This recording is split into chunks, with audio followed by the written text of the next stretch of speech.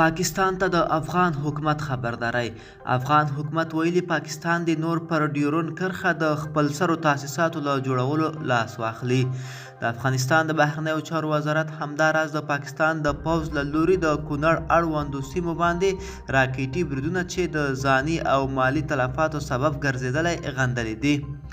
د بهرنیو چارو وزارت خبرپاڼه کاږي د افغانستان زړور دفاعي او امنیتي ځواکونو د وظیفې په حکم د هیواد له ځمکنۍ بشپړتیا او ملي حاکمیت څخه د دفاع په لار کې د تل په څیر خپله سپېڅلې دنده ترسره کړې ده. خبرپاڼه وایي د افغانستان د بهرنیو چارو وزارت د ډیپلوماتیکو هڅو په نتیجه کې د پاکستان له لوري هوکړه وکړه ترڅو ډزبند تامین او په سیمه کې د دواړو هیوادونو د پوځي مسؤلینو د بیرغ لاندې غونډه جوړه شي.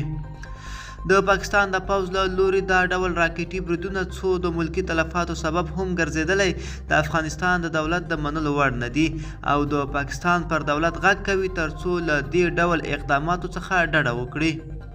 دا ډول بریدونه او د ډیورن د فرضي کرښې په اوږدو کې د خپلسرو تاسیساتو رامنځته کول چې د دواړو هیوادونو ترمنځ د کړکېچ لامل ګرځېدلی په هیڅ وجه د افغانستان اسلامي جمهوریت ته د منلو وړ نه دي.